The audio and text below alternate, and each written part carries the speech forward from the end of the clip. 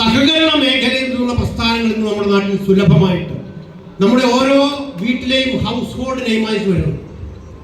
അമുലിന്റെ butter കണ്ടിട്ടുണ്ടോ എല്ലാവരും? അമുൽ നിങ്ങളൊക്കെ വീട്ടിലെ ഫ്രിഡ്ജിൽ ചെന്ന് തുറന്നു നോക്കിയാൽ ചിലപ്പോൾ അമുലിന്റെ ബട്ടറിന്റെ ഒരു പാക്കറ്റിൽ ഉണ്ടാവും. പൊട്ടിച്ചതും പൊട്ടിക്കാത്തതും പകുതി ഉപയോഗിച്ചതുമായിട്ട് ഉണ്ടാവോ അമുൽ. ഇത് നമ്മുടെ ഒരു ഹൗസ് ഹോൾഡ് നെയിമാണ്. നമ്മുടെ അടുക്കളകളിൽ നിന്ന് ഒഴിവാക്കാൻ പറ്റാത്ത ഒരു നാമമാണ് അമുൽ എന്ന് പറയുന്നത്. അതൊരു സഹകരണത്തിന്റെ ഉൽപ്പന്നമാണ്. അപ്പൊ ഇത് കോടാനുകോടി വിറ്റുവരവുള്ള ഒരു വലിയ മഹാപ്രസ്ഥാനമായിട്ട് അമുൽ വരുന്നത് നമ്മുടെ മലയാളി കൂടിയായിട്ടുള്ള അല്ലേ ധവള വിപ്ലവത്തിന്റെ ശില്പി ആരാ അദ്ദേഹത്തിന്റെ പേര്? ആനന്ദ്, ഡോക്ടർ വർഗീസ് കുര്യൻ ആണോ? ഓക്കെ. അപ്പോ നമ്മളൊരു പുതിയ കാര്യം പറയുമ്പോൾ തീർച്ചയായിട്ടും അത് ഏറ്റെടുക്കാനായിട്ടോ അല്ലെങ്കിൽ അതിന്റെ വിജയ സാധ്യതകളെ കുറിച്ചുള്ള സന്ദേഹങ്ങൾ തീർച്ചയായിട്ടും നമ്മുടെ സമൂഹത്തിലുണ്ടാവും.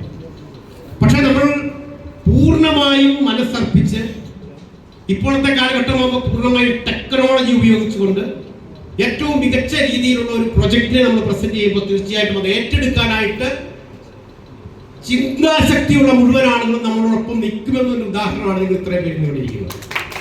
കാരണം നമ്മൾ ഇതൊരു ആശയമായിരുന്നു, ഇതൊരു ഒരു സീഡായിരുന്നു, ഒരു വിത്തായിരുന്നു.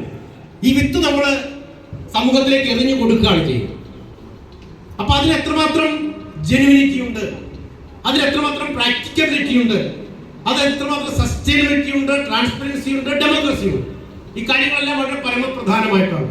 അപ്പൊ നമ്മൾ ഇതിന്റെ സംഘാടനത്തിൽ ഏറ്റവും മികച്ച രീതിയിൽ ഈ എലമെന്റുകളെ എല്ലാം നമ്മൾ വളരെ കൃത്യമായ അനുപാതത്തിൽ നമ്മൾ കൂട്ടി ഇണക്കിയിട്ടുണ്ട്. അപ്പൊ അതുകൊണ്ടാണ് നമ്മളിപ്പോൾ ഈ ഒരു പ്രസ്ഥാനത്തെ കുറിച്ച് പറയുമ്പോൾ അത് സർവാത്മന ജനം ഏറ്റെടുക്കാനായിട്ട് തയ്യാറാകുന്നത്.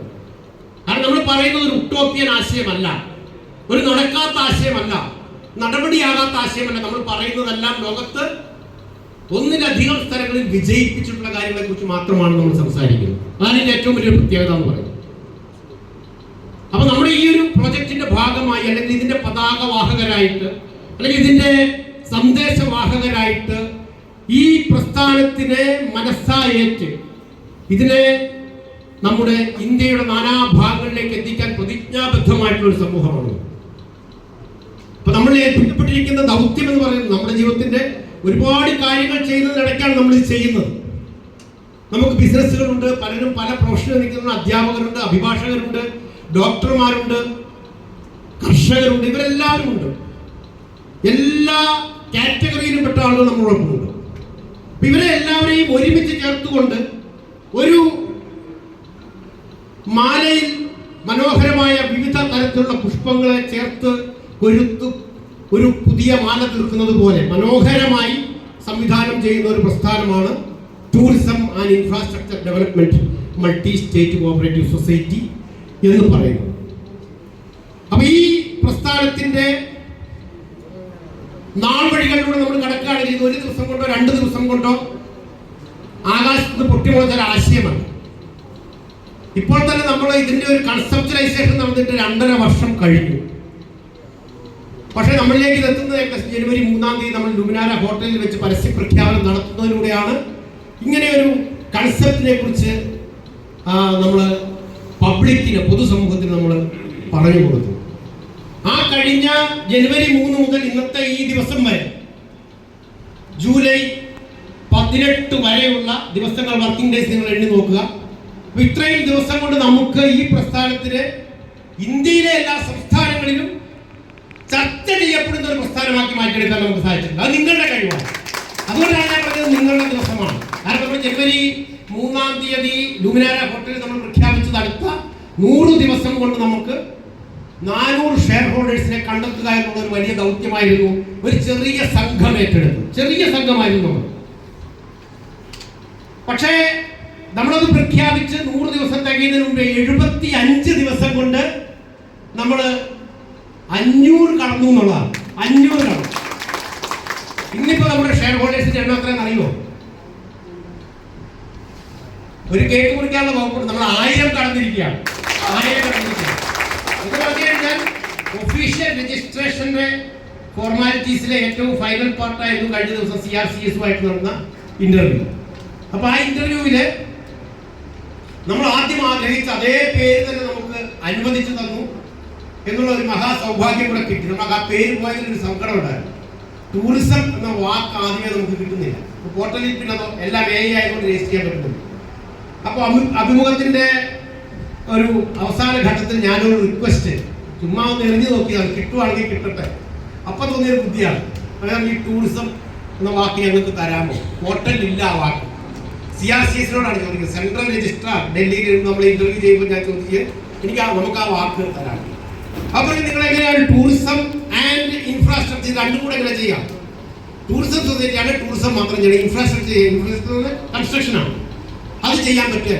അപ്പം മാഡം ഞാൻ പറഞ്ഞു, മാഡം ഒരു ആൻഡ് എടുത്ത് കളഞ്ഞാൽ പോരെ, പ്രശ്നം തീരുമില്ല. ഈ ആൻഡ് കളഞ്ഞ ഇതിന് ദൃക്സാക്ഷികളുണ്ട്. നമ്മുടെ കാക്കനാട് ഓഫീസിൽ നിന്ന് ഇതിനകത്ത് ഈ മീറ്റിങ്ങിന് പാസീവായിട്ട് പങ്കെടുത്ത ആളുകളുണ്ട്.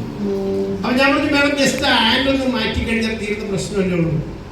അപ്പൊ ശരിയാണ്, ഓക്കെ, ടൂറിസം നിങ്ങൾക്ക് അനുവദിച്ചിരിക്കുന്നു. അങ്ങനെയാണ് കാരണം നമ്മള് ഈ ഒരു പേരുമായിട്ടൊന്ന് കുറെ മുന്നോട്ട് നമ്മൾ ട്രേഡ് മാർക്ക് രജിസ്റ്റർ ചെയ്തു, നമ്മൾ വെബ്സൈറ്റ് റെഡിയാക്കി, മൊബൈൽ ആപ്പ് റെഡിയാക്കി, എല്ലാം കഴിഞ്ഞപ്പോഴാണ് പറയുന്നത് നമ്മുടെ KYC പ്രോസസ്സ് കംപ്ലീറ്റ് ആകാത്തതുകൊണ്ട് നമുക്ക് ആ പേര് ടൂറിസം എന്നുള്ള വാക്കിൽ തുടങ്ങുന്ന ഒരു പേര് കിട്ടൂല സൊസൈറ്റിക്ക്. അപ്പം പിന്നെ പ്രയാസമാണ്. നമുക്ക് എപ്പോഴും ഇത് പറഞ്ഞ് പരിചയപ്പെടുത്തുന്നത്. നമ്മൾ പറഞ്ഞ ട്രാൻസ്ഫോർമേഷൻ ഇൻഫ്രാസ്ട്രക്ചർ എന്നൊക്കെ പറഞ്ഞാൽ പിന്നെ ഇത് ടൂറിസമാണ്, പിന്നെ പറയാം. പേര് ടൂറിസം ഇല്ലെങ്കിൽ നമുക്ക് വലിയ ബുദ്ധിമുട്ടാണ്. എന്തായിരുന്നാലും നിങ്ങളുടെ എല്ലാവരുടെയും മനസ്സിന്റെ ഐക്യം കൊണ്ടാണെന്നാണ് ഞാൻ കരുതുന്നത് നമുക്ക് ആ പേര് തിരിച്ചു കിട്ടുന്നത്. അപ്പൊ ആ പേരിൽ അറിയപ്പെടാൻ നമുക്ക് ഭാഗ്യമുണ്ട്. അതുകൊണ്ട് തന്നെ ഇന്ത്യയിലെ ടിഡ്കോസ്, അപ്പൊ ഞാൻ പറഞ്ഞു മാഡം ഞങ്ങൾ അതിന്റെ ഷോർട്ട് ഫോം ടിഡ്കോസ് എന്നൊക്കെ ഉള്ളത് ഞങ്ങൾ എല്ലാം ഒരുപാട് ഇതാക്കി, അതാണ് ഞങ്ങളുടെ ഷോർട്ട് ഫോം. അപ്പൊ അതുകൊണ്ട് ഞങ്ങൾക്ക് അത് കിട്ടണം. അല്ലെങ്കിൽ ആ ടിയുടെ സ്ഥാനത്ത് അല്ലെങ്കിൽ ഐയുടെ സ്ഥാനത്തോ വേറെ ഏതെങ്കിലും പറ്റുന്ന വാക്ക് എന്താ വേണം. അപ്പൊ CRC എന്ന് പറഞ്ഞു, അങ്ങനെയാണെങ്കിൽ ഒരു സജഷൻ പറയുന്നത്, ഒരു വാക്ക് പറയാം. അപ്പൊ എനിക്കൊന്നും കിട്ടിയില്ല. അപ്പൊ പെട്ടെന്ന് തലേ ദിവസമാണെന്ന് ആൻഡ് മാറ്റി കഴിഞ്ഞ പ്രശ്നം ചെയ്യുമല്ലോ എന്ന് ഞാൻ പറഞ്ഞു. അപ്പൊ തോന്നിയ ബുദ്ധിയാണ്. എന്തായാലും ആ ബുദ്ധി വർക്ക് ചെയ്തു, നമുക്ക് ആ പേര് കിട്ടിയത് വലിയ നമ്മുടെ കുടുംബത്തിനെ സംബന്ധിച്ചിടത്തോളം വലിയ ഒരു സന്തോഷമാണ്. ഇനി നമ്മുടെ വരാൻ പോകുന്ന പ്രൊജക്ടുകളെ കുറിച്ചൊക്കെ ഓൾറെഡി വിശദീകരിച്ചു, അതിനെക്കുറിച്ചൊന്നും പറയേണ്ട കാര്യമില്ല. ഇനി നമ്മുടെ ബൈലോയില് ഒരു വെബ്സൈറ്റ് കംപ്ലീറ്റ് ആയിട്ടുണ്ട്. 1-2 അല്ലെങ്കിൽ ആഴ്ചകൾക്കുള്ളിൽ അത് കംപ്ലീറ്റ് ആയിട്ട് നിങ്ങൾക്ക് തന്നെ ഓപ്പൺ ചെയ്യാൻ പറ്റുന്ന രീതിയിൽ മൊബൈൽ ആപ്പ് എല്ലാവർക്കും ഒരു യൂസർ ഐഡി പാസ്വേഡ് ഉണ്ടാവും. അപ്പൊ ഇന്ന് നമ്മൾ പ്രഖ്യാപിക്കുന്ന അടുത്തൊരു വലിയ പരിപാടിയാണ്. ഇന്നിപ്പോ നമ്മുടെ ഏകദേശം 200 പേരടുത്താണ് ഇന്നിപ്പോൾ ഈ ഹാളിൽ ഇന്നത്തെ പരിപാടിയിൽ പങ്കെടുക്കുന്നത്. നമ്മുടെ മുഴുവൻ ഫൗണ്ടർ മെമ്പേഴ്സും പങ്കെടുക്കുന്ന ഒരു വലിയ പ്രോഗ്രാം ഏറ്റവും അടുത്ത നാളുകളിൽ നടക്കേണ്ടത്. കാരണം കുറെ ഒഫീഷ്യൽ കാര്യങ്ങൾ നമുക്ക് ചെയ്യേണ്ടതുണ്ട്, നമ്മുടെ ഫൗണ്ടർ മെമ്പേഴ്സിനോട് കുറെ കാര്യങ്ങൾ കമ്മ്യൂണിക്കേറ്റ് ചെയ്യേണ്ടതുണ്ട്. അപ്പൊ ഇതെല്ലാം ചെയ്താൽ മാത്രമാണ് നമുക്ക് നമ്മുടെ വെരിഫിക്കേഷൻ, അതായത് നിങ്ങൾക്ക് ഇതിൽ രജിസ്റ്റർ ചെയ്തിട്ടുള്ള ഫൗണ്ടർ മെമ്പേഴ്സിൽ രജിസ്റ്റർ ചെയ്തിട്ടുള്ള 30% ആളുകൾക്കെങ്കിലും CRCS-ന്റെ ഡയറക്റ്റ് കോഡ് വരും. ഡയറക്റ്റ് KYC വെരിഫിക്കേഷൻ ഉണ്ടാവും. കാരണം മുൻപ് കാലങ്ങളിലൊക്കെ ഒരു വെരിഫിക്കേഷനും ഇല്ലാതെ ഈ ആധാർ കാർഡ് വെച്ച് ഒത്തിരി സൊസൈറ്റികൾ ഇങ്ങനെ ഫേക്ക് ആയിട്ട് തുടങ്ങിയിട്ടുണ്ട്. അപ്പോൾ അതുകൊണ്ട് CRCS തീരുമാനിച്ചിരിക്കുന്നത് വളരെ സ്ട്രിക്റ്റ് ആയിട്ട് വെരിഫൈ ചെയ്യാം. ഈ ആധാറിൽ പറഞ്ഞിരിക്കുന്ന ആൾ നിങ്ങൾ തന്നെയാണോ, അല്ലെങ്കിൽ നിങ്ങൾ നിങ്ങളുടെ സൊസൈറ്റിയുടെ ഫൗണ്ടർ മെമ്പർഷിപ്പിന് അപേക്ഷിച്ചിട്ടുണ്ടോ എന്നുള്ള വിളി വരും. പിന്നെ അവർ